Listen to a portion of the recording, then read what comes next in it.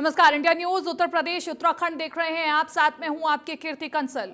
श्रावस्ती में नौनिहालों की जिंदगी से खिलवाड़ किया जा रहा है। पूरे देश में कोरोना की वजह से स्कूल खोलने पर पाबंदी है और अभी स्कूल खोलने को लेकर कोई आदेश भी नहीं आया है। लेकिन श्रावस्ती में नासिरगंज इमलिया के प्राथमिक स्कूल को इससे कोई लेना देना नहीं है। उसने सरकार के आदेशों को हवा में उड़ा दिया है और बच्चों को स्कूल बुलाया है। इस दौरान बिना मास्क के बच्चे स्कूल में रहे और लेकिन किसी को कोई फर्क भी नहीं पड़ रहा है। इसके साथ ही सोशल डिस्टेंसिंग की भी जम करके धज्जियां उड़ाई गई हैं। इस पूरे मामले पर शिक्षा विभाग मूक दर्शक बना हुआ है।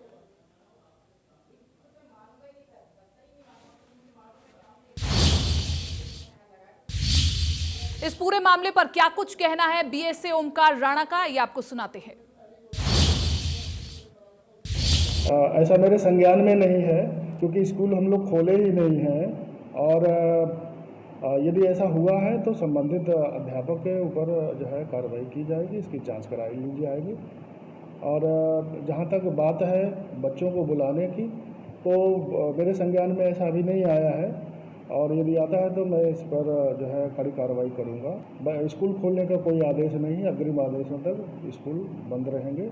सिर्फ शिक्षक गार्जियंस का अकाउंट नंबर और आईएफएससी कोड कलेक्ट करके जो कन्वर्जेंस कास्ट है वो उनके अकाउंट में प्रेषित की जाएगी। ऐसा मेरे मिथिलेश पाठक ज्यादा जानकारी के लिए संवाददाता फोन लाइन पर हमारे साथ जुड़ चुके हैं। मिथिलेश, यहाँ पर स्कूल का क्या कुछ कहना है, कहां से उन्होंने परमिशन ली और किस तरह से बच्चों को बुलाया? जी बताना चाहूंगा, किसी से परमिशन नहीं मिली। इनका कहना है कि जब हमने विद्यालय खोला तो बच्चे अपने आप यहाँ पर पहुंच गए। लेकिन सबसे बड़ी बात तो यही है कि कोरोना जैसा संक्रमण चल रहा है, इस दौरान इतने भारी संख्या में बच्चे पहुंच जाते हैं, वो भी बिना कोई सोशल डिस्टेंस भी नहीं रहता है, वहाँ पे मास्क का प्रयोग भी नहीं किया जाता है। तो इससे में सवाल तो बड़ा उठता ही है। जी, अभिभावक क्या कुछ कह रहे हैं इस पर? अभिभावकों से बात नहीं हो पाई है। दरअसल ये आज का ही मामला है। बेसिक शिक्षा अधिकारी से बात हुई है तो उन्होंने कहा मैंने कोई ऐसा आदेश ही नहीं किया है, जबकि बेसिक शिक्षा अधिकारी ने एक आदेश दिया है कि शिक्षक पहुंचेंगे विद्यालय में और वो अभिभावकों का कुछ काम करेंगे, जो खाता है उनका खाता मेंटेन करना है, ये काम करना था। जी, क्या इस पर अब कोई एक्शन होगा? हाँ, उनका ये कहना है कि अगर ऐसा मामला प्रकाश में आता है, हमारी जानकारी में अभी तक तो नहीं है, लेकिन अगर ऐसा कोई मामला हुआ है तो हम उस पर कार्रवाई करेंगे। ठीक है, चलिए, बहुत बहुत शुक्रिया मिथिलेश तमाम इस जानकारी के लिए।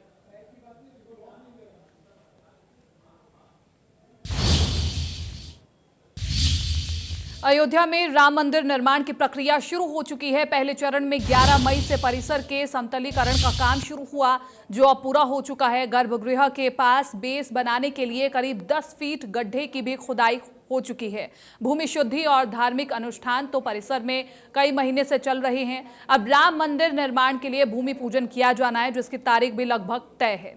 माना जा रहा है कि 1 जुलाई को मंदिर का भूमि पूजन होगा, जिसके लिए प्रधानमंत्री नरेंद्र मोदी से भूमि पूजन करने का आग्रह किया गया है।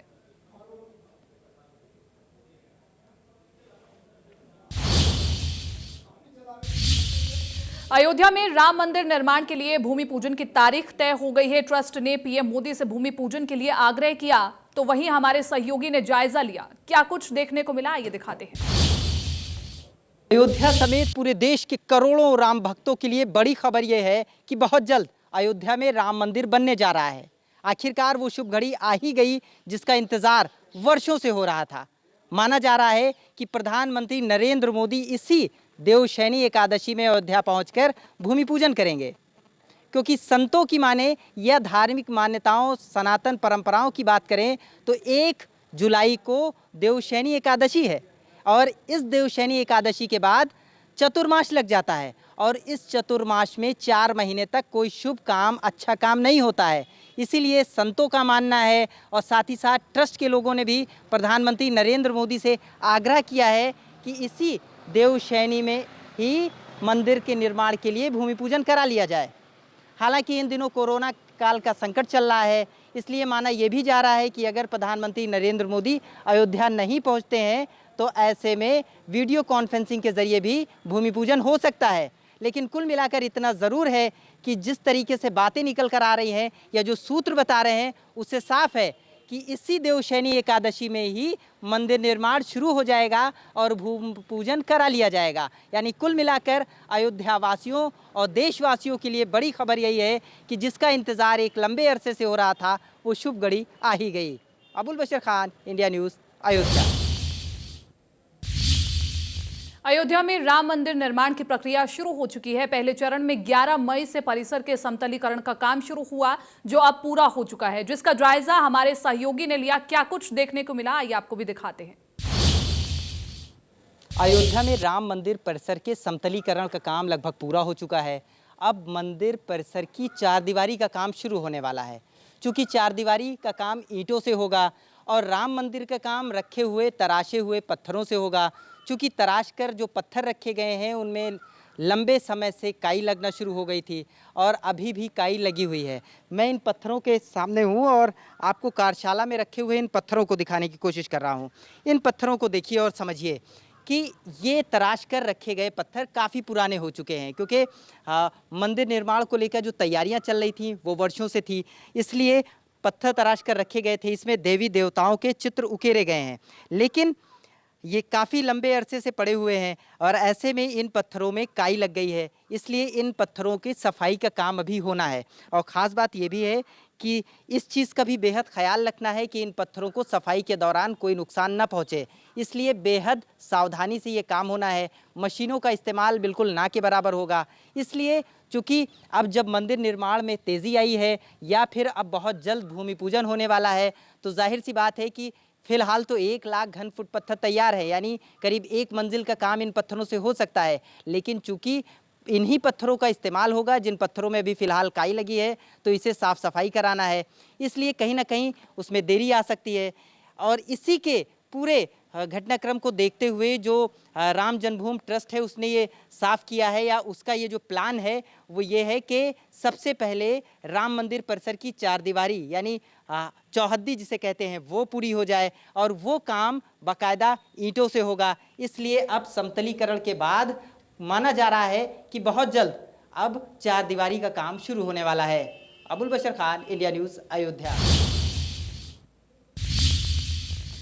69,000 शिक्षक भर्ती मामले में समाजसेवी नूतन ठाकुर ने खुलासा करते हुए कई गंभीर आरोप लगाए हैं। नूतन ठाकुर ने बेसिक शिक्षा मंत्री पर सीधा हमला बोला है और झूठ बोलने का आरोप लगाया है। नूतन ठाकुर ने उसमें भी उस एफआईआर का हवाला दिया है जो जनवरी में दर्ज हुई थी।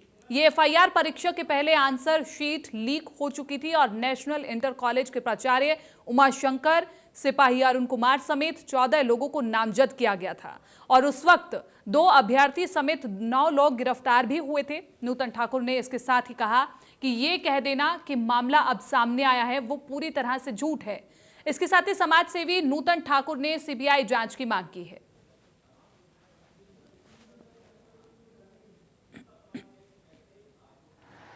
69,000 शिक्षकों की भर्ती के मामले में शिक्षा मंत्री के द्वारा प्रेस कॉन्फ्रेंस किया गया और यह दावा किया गया कि सरकार को बदनाम करने की कोशिश की जा रही है। किसी प्रकार की भी कोई शिकायत नहीं आई थी।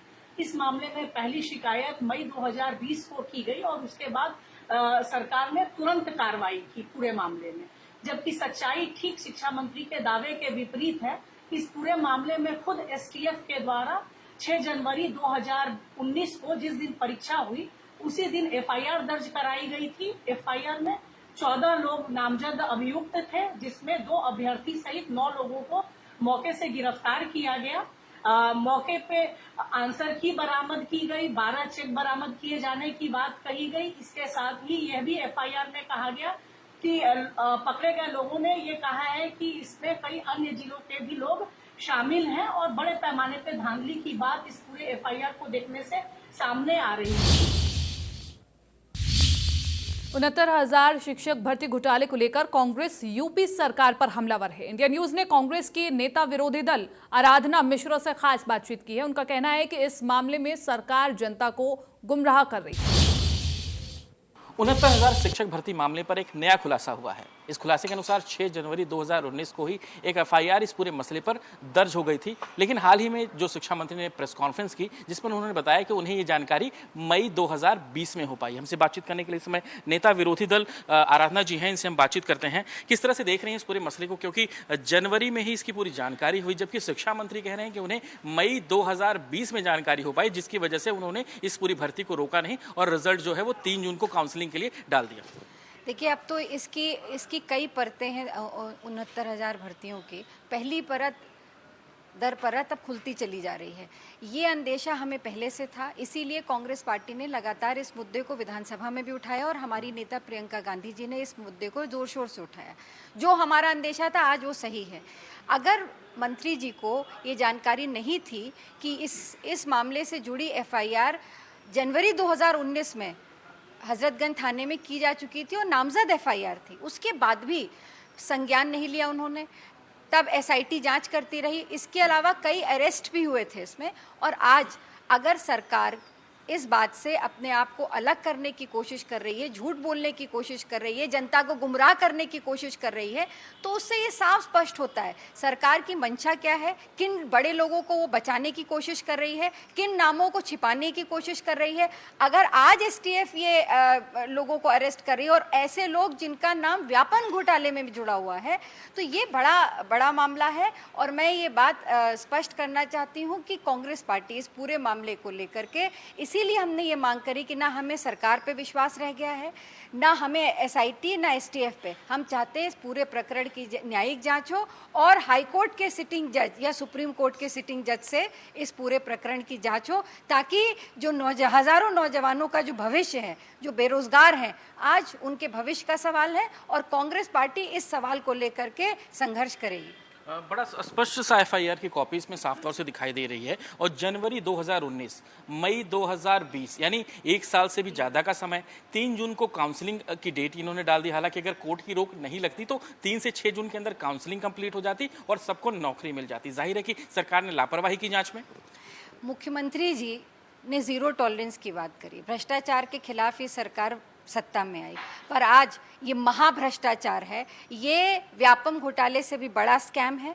जिस तरह से 2019 में ये पूरा मामला सामने आया था, जिस तरह से 6 जनवरी को जिस दिन पेपर हुआ, उसी दिन पेपर, उसके 24 घंटे पहले पेपर लीक हो गया, यहाँ तक कि सोशल मीडिया में भी पेपर आ गया, एफआईआर होती है। उसके बाद भी अगर सरकार में, तो उच्च न्यायालय का आभार व्यक्त करना चाहती हूँ कि उन्होंने इस पूरे प्रकरण का संज्ञान लिया। अगर रोक न लगाई गई होती तो आज ऐसे लोग, उन का भविष्य अंधकार में होता, ऐसे नौजवानों का जो मेहनत करके अपनी तैयारी करके इम्तिहान में पास हुए थे, उन लोगों का जो पैसा देकर के 50 से ज़्यादा लोगों ने इस बात को माना है कि उन्होंने पैसा दिया है। ये मैं नहीं कह रही हूँ, ये एसआईटी की जांच और एसटीएफ की जांच कह रही है। तो सरकार पूरी तरह से विफल हो चुकी है, एक्सपोज हो चुकी है और आज की तारीख में सरकार के ऊपर नैतिकता के आधार पर अगर ज़रा भी नैतिकता सरकार में बची है तो इस मामले का मुख्यमंत्री को संज्ञान लेना चाहिए और सामने आकर के, जनता के सामने आकर के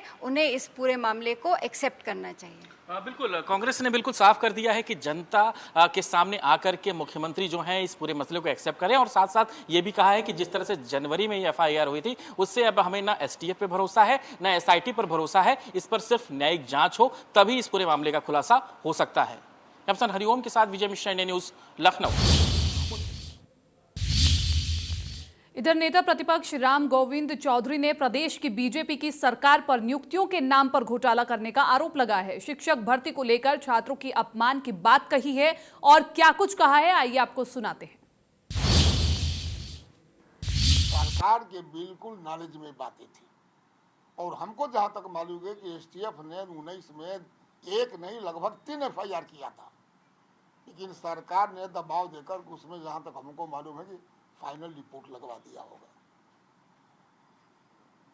सरकार हर नियुक्ति में भ्रष्टाचार अपना रही है, अपने लोगों को भर्ती के लिए किसी स्तर पर नीचे ये गिर जा रही है।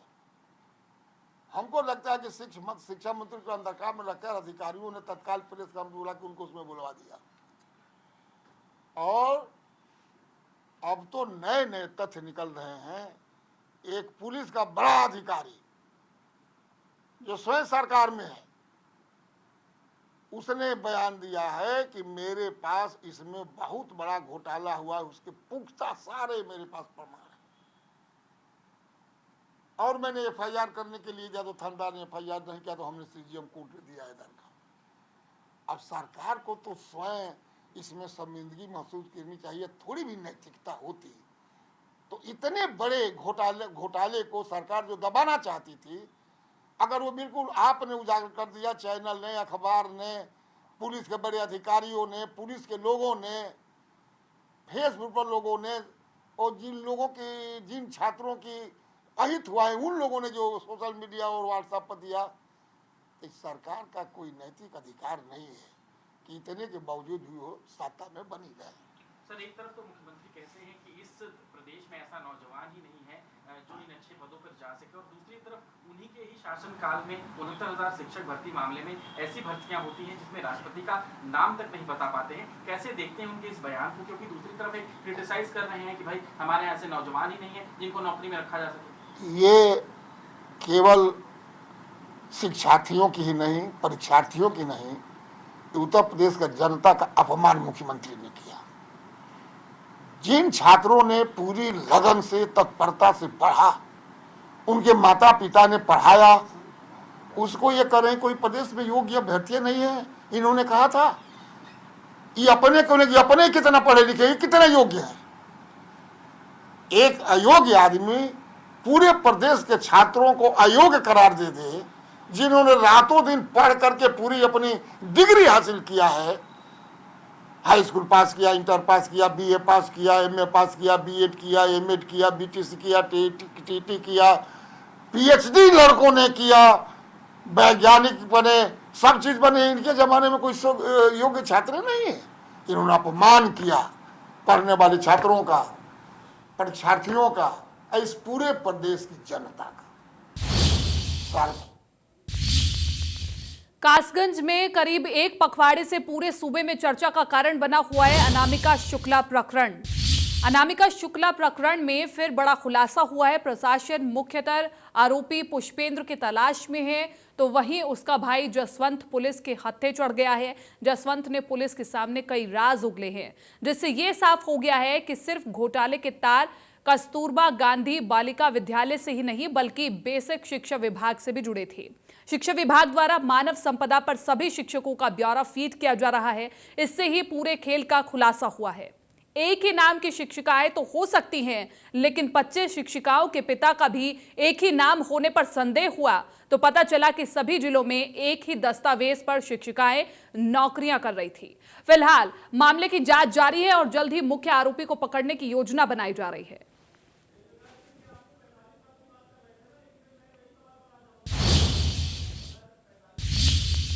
अनलॉक के लिए जारी की गई गाइडलाइन में धार्मिक स्थलों को सैनिटाइज करके ही सीमित संख्या में वहां पर पूजा या इबादत करने की इजाजत दी गई है। इसी क्रम में मस्जिदों को भी सैनिटाइज किया जाना है, लेकिन बरेलवी मसलक के दरगाह से और किला की जामा मस्जिद की मुफ्ती ने कहा है कि सैनिटाइजर में अल्कोहल का इस्तेमाल होता है, इसलिए मस्जिदों के सैनिटाइजेशन के लिए सैनिटाइजर का इस्तेमाल नहीं किया जाएगा, बल्कि साबुन, सर्फ, शैम्पू जैसे अन्य पदार्थों से मस्जिद को सैनिटाइज किया जाएगा।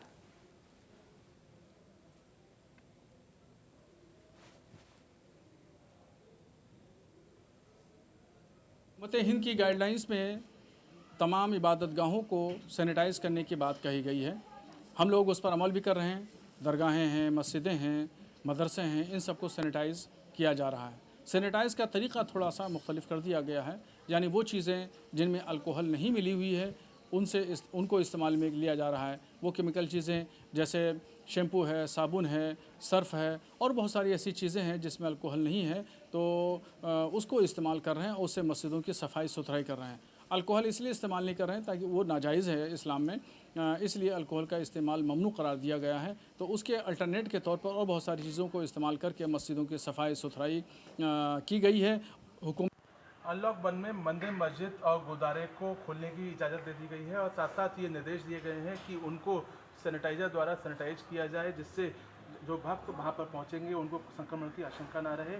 साथ ही सीमित संख्या में भक्तगणों के प्रवेश करने के लिए भी कहा गया है। लेकिन बरेली की मस्जिदों से ये ऐलान किया गया है कि मस्जिदों को सैनिटाइज करने के लिए सैनिटाइजर का प्रयोग न किया जाए, क्योंकि सैनिटाइजर में अल्कोहल होता है और अल्कोहल इस्लाम धर्म में प्रयोग नहीं किया जाता है, उसका प्रयोग नाजायज़ है। इसी को लेकर किला जामा मस्जिद के मुफ्ती ने ये बयान जारी किया है और ये कहा है कि मस्जिदों को सैनिटाइज करने के लिए सैनिटाइजर का प्रयोग ना किया जाए। लिहाजा अब ये एक नया विवाद खड़ा हो चुका है कि क्या भक्तों को संक्रमण से बचाना प्राथमिकता है या फिर इस तरह के जो नियम कायदे और कानून बनाए जा रहे हैं उसका पालन किया जाए। लिहाजा प्रशासन के लिए एक बड़ी चुनौती है कि जो मंदिर मस्जिद और इबादतगाह खुल रहे हैं वहाँ पर भक्तों को संक्रमण से कैसे बचाया जाए। बदली से कैमरामैन अंकित पाठक के साथ आशीष गुप्ता, अनलॉक बरेली।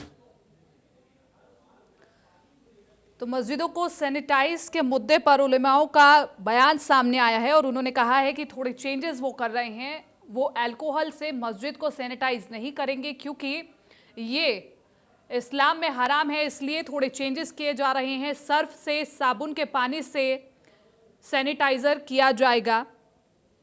मस्जिदों में सैनिटाइजर का इस्तेमाल नहीं होगा। आपको बता दें कि सरकार की ओर से गाइडलाइंस जारी की गई हैं कि अगर किसी भी धार्मिक स्थल को शुरू किया जाता है तो उसे पहले सैनिटाइज करना होगा। और इस बीच बरेली से ये खबर आई जहां पर उलेमा ये कह रहे हैं कि वो अल्कोहल का इस्तेमाल नहीं करेंगे, अल्कोहल के सैनिटाइजर का इस्तेमाल नहीं करेंगे मस्जिद को सैनिटाइज करने के लिए। और उसमें थोड़े चेंजेस किए गए हैं। सर्फ के पानी से, साबुन के पानी से अब मस्जिदों को सैनिटाइज किया जाएगा।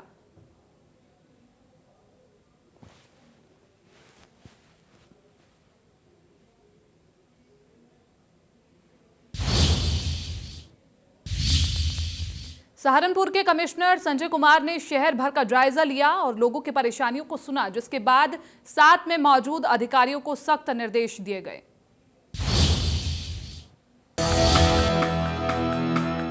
सहारनपुर के कमिश्नर संजय कुमार का काफिला जब अपने दफ्तर से निकला तो सहारनपुर के कई इलाकों तक पहुंचा।